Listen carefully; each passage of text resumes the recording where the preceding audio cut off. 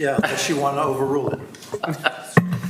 All right, welcome to the June 18th meeting of the Sandusky Landmark Commission. Gwen, can you call the roll, please? Elliot Dyer, Here. John Felter, Here. Alan Griffiths, Here. Jeff Crable, Here. Louis Schultz. Here. Thank you. Are there any questions on the minutes as presented? Motion to approve. Second. As written. All in favor, say aye. Aye. Okay, minutes are approved. We have three applications for appropriateness on our agenda, all of which have been administratively approved. So without further ado, Aaron. Oh, Adam. Yes, all right. Got it. Thank you, Mr. Chairman. First is application for signage and patio furniture at 158 Columbus Ave, which is the new location of Sandusky Scoops. This is, as you see on this slide, this is where the building unit is located. On the left hand is where it's located in red, comparison to the whole district, and on the right is a zoomed-in version of that. On the left-hand side of this slide, you'll see a street-level view, which also indicates the existing conditions. And on the right, I included this for fun. It's a historic photo from a long time ago, indicating the building unit in red.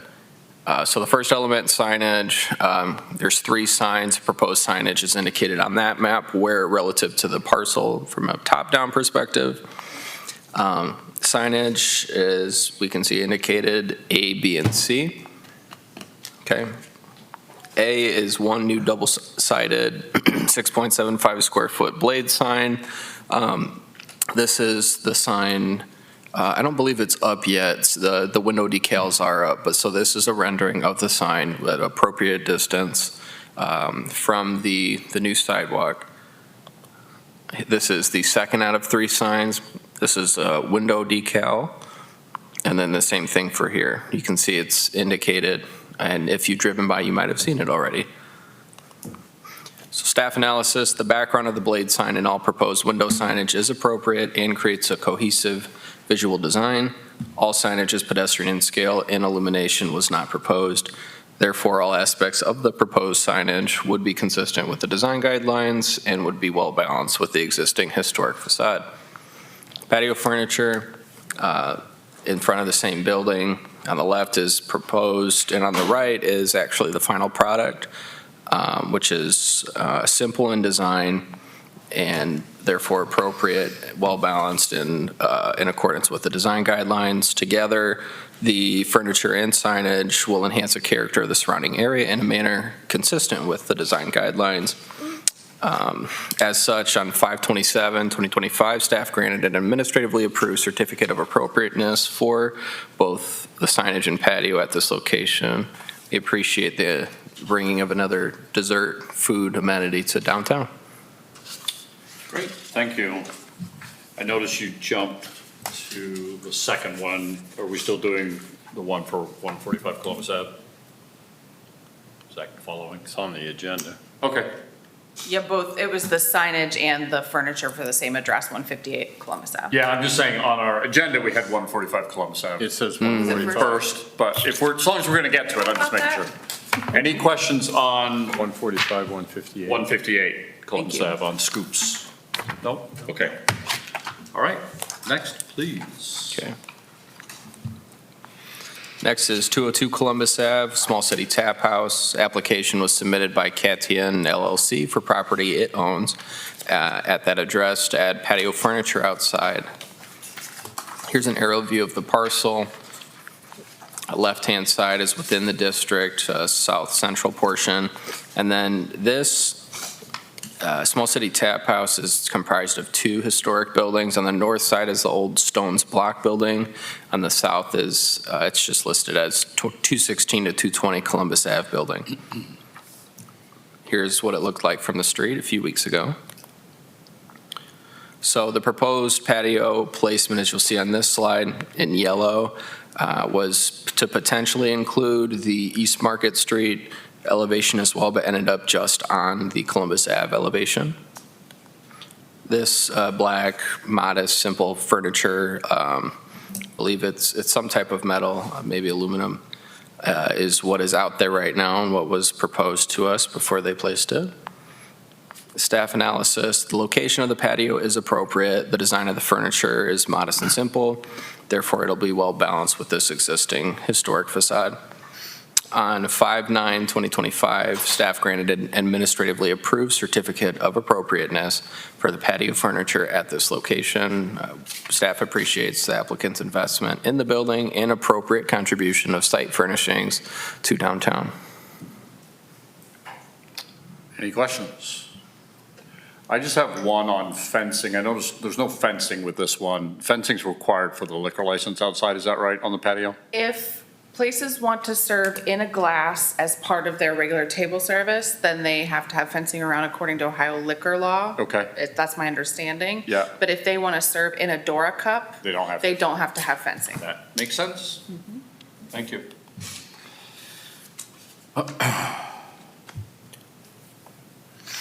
Okay, so our next application was for 223 West Water Street. Two projects here. One is a deck and stairs replacement for Otaco, and another one was rooftop expansion for Mosley's. Submitted by Nikki Lloyd on behalf of Tier 3 LLC. Aerial view of this property. Northwest part of the Commercial Historic District, and then zoomed in on the right, this is about half of the old Wildman Mills building. On the left-hand side is an elevation from West Water Street, which even after these projects are completed, the applicant indicated that this view that you see will remain unchanged. It'll still look like that. On the right-hand side from Shoreline Drive, we'll get into that one here. So here's a map of the proposed improvements. The applicant proposed replacing the existing wood decking with composite decking in the same tone and color as the wood. The wood and metal railings were proposed to be replaced with black picket-style metal railing. So this is from the street level, proposed area of work, as well as the existing conditions. Again, this is from the Shoreline Drive part. That decking was just going to come forward just a little bit, so they're expanding the width of it. They would work with Public Works to get their permanent encroachment adjusted for that portion. Right, so on the bottom half, we see exactly what Aaron just said of this slide, and on the top half, or the top right, is the type of railing. Composite decking and stairs will be the same color and will complement as the existing wood in those features, and will complement the other existing site elements and building elements. Two, the railings will not be overly ornate and will match the railings for the proposed rooftop expansion, as we will see. Therefore, these improvements will comply with the design guidelines. Two, rooftop expansion. Few elements here. They're putting in, as you can see, it's just the area immediately east or northeast of the existing rooftop patio. The new area will be, they'll have stairs leading into it, and it'll be secured around with black metal railing, which will match Otaco's new deck and stairs, that railing. And then lastly, a privacy wall will be used for the portions of the perimeter facing south and southeast, which links us back to how the view from West Water Street is proposed not to change. So this highlighted portion on this slide is the area that will basically have those black picket style railings added to it. Other than that, and the decking, which we already covered, but the rooftop won't change. There's that railing again. The other details we've already talked through. Analysis, the railings securing the new rooftop area will match the proposed railings of Otaco's deck and stairs below, in that they will not be overly ornamental and will be highly transparent when viewed from the street. Therefore, the proposed rooftop expansion area complies with the design guidelines. As such, on 5/9/2025, staff granted an administratively approved certificate of appropriateness for the proposed deck and stair replacement and rooftop expansion. Again, we appreciate the applicant's investment in the building and contribution of appropriate improvements to the downtown area. Thank you. On that one, I have another comment. So I talked to Nikki after that approval. It sounds like in talking with the building code, there's a egress question they have to answer before they can build that, so they're not sure they're gonna be able to build it this year, but. Oh, okay. Yeah, so we're not sure about the timing of it, but they do have the, for this, for our portion. Okay. And they're not changing the current glass fence that they have Correct. on the existing bar, right? Correct, they're not changing the current glass, and I did ask if they'd consider using the glass on the expansion as well, because it creates a high degree of, transparency, Yeah. also windbreak. She said it's much more expensive, and Yeah. that portion will really only be used for fair weather, and most of the time, unless they have a bigger crowd, they were gonna put a band there, and Do she you wanna thought the look at taller it? with the metal was gonna help the band feel safer. Right. So there was a couple reasons considerations that went into that. Mr. Chairman, I do apologize. I don't have slides at this very moment, it seems, with this PowerPoint version of 145, but since we were all provided packets and they were posted online a week in advance, That's if you'd fine. like, we can go through them the more old-fashioned way. Yeah, that's fine, that works for me. Okay, so it's at the very beginning of the packet, about third page flip in. An application for a certificate of appropriateness was submitted for 145 Columbus Avenue. Tenant or lessee of that building is Crush Wine Bar, owned by Little Crush LLC. This is a non-contributing building in the downtown historic district. 3 projects here. 1 is adding fencing, 2 add patio furniture outside with fencing, and 3 is paint the Columbus Ave facade black. So flipping forward onto marked page 3 in the bottom middle, you'll see an aerial map and then also an existing street condition map showing the facade, which has remained unchanged. So it still looks like that this very day. Okay, flipping the page here, we'll see a zoomed out historic commercial district map of where it sits, pretty much almost the dead center of the district. Zooming in, you can see this is building 43, which is listed as non-contributing. Moving on page 5 right now, project scope. The fence, the applicant proposed to install a black metal fence with flower pot posts. 2 gates will be placed for patrons to access the kitchen and bar, as well as Little Crush. As we can see on the diagram I created, the openings in the fence are lined up with what I believe are existing entrances on the building facade. And then basically in between there will be plantings, tables, and let's see, planting tables, maybe a bench or 2. Moving on the page 6 now, the proposed fence. This is the style fencing proposed to be placed. So it's a little different than the black picket style that we normally see, but staff did still find this appropriate. It's transparent. And patio furniture is the next element. You see the area proposed, that same area, and then this is a diagram provided by the applicant.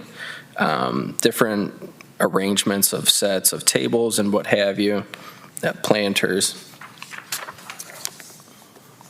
Okay, all contained within that fencing. And then lastly, the paint, just repainting the Columbus Avenue elevation. On the bottom of this page 8 here is the area in question. So in terms of staff analysis here, the fencing is very simple and it's appears to be highly transparent. Therefore, it appears to be appropriate in design and pedestrian in scale, and it will also leave ample sidewalk space for pedestrians to use. The patio furniture is simple as well, which is appropriate with the guidelines and modest in design. And the paint, this facade in question appears to already have been painted, and the building is not contributing to the pier significance because of a series of previous renovations. It used to be 3-story. And the color black is on the color palette of approved colors. So the paint will also be in accordance with the design guidelines, and on 6/11/2025, staff granted an administratively approved certificate of appropriateness for all 3 elements discussed. Thank you. Any questions? My only question is that fence is permanent, right? It's not. It is not. So the posts of the fence are weighted, so it will remain in place, but it will not be installed directly into the Oh, okay. concrete. So they So- went with a temporary permit with Public Works, so they won't leave it up year round. They'll remove it in the winter, Yep. essentially. Okay, great. You have any other business? I just think it's exciting that we're seeing all these business owners install the seating on Columbus Avenue, because that was one of the leading design considerations from we heard in the community engagement. People really wanted more chances for outdoor dining, and we see our entrepreneurs taking advantage of that call to action, so it's exciting to see. Yeah, agreed, 100%. I was gonna mention that as well. Is there any examples that it wouldn't get administratively approved, in terms of chair selection or whatnot? This color doesn't seem like to be I a think problem or. we really try to give these non-permanent elements a broader, Yeah, scale. ability to get approved. So like bright orange furniture, for example, we wouldn't want to see a facade painted bright orange, but bright orange furniture adds a little color and interest to the streetscape. If someone came to us and wanted to do something that was flashing and lit up, then we would bring it to you. Anything that seemed really outside of the box, that we had any pause, we would bring to you for a vote. But in general, the outdoor furniture and patios have been left to staff approval for the last several years. And at any point you think we're making inappropriate approvals, then we would love to hear that from you, so we would be more cautious in the future. I did have a conversation with one person who shall remain nameless, asking about the process, and I emphasized to them that if people can apply for, essentially put in applications that don't meet the guidelines if they wish to have us consider those. And there are times when it might be the view of this commission that that's appropriate. That's primarily what we're here for. Also, anything that involves major construction to a building, that would come to us, even if it was potentially within the guidelines, but, cool. Yeah. The only other thing I have to say is congratulations to Erin on her appointment as a Leadership Ohio Fellow for 2025, which I just read in our illustrious journal today or yesterday, whenever it was, so congratulations to you. Thank you. Congratulations. We are 18 minutes into our meeting. Can I get a motion to adjourn? It's dragged on too long. Motion to adjourn. Second. We are adjourned. Thank you very much, everybody. At this point, it doesn't look like we'll have a July meeting, correct? We don't have any cases. Yeah, okay. Yeah, I'm working with Cher, the shop owner here. They painted signage on their windows and hadn't asked, and so I asked her to please fill out an application so we can get Oh, I her see. Yeah. official approval, Got get it. her paperwork in order. I was trying to be gentle, and I heard, she's mentioned that Jamie might do some exterior stuff to that building, so I sent a note to Jamie as well, just Oh, asking okay. if it's routine maintenance or if she's proposing to do any changes, so that I don't know. Got it. But we're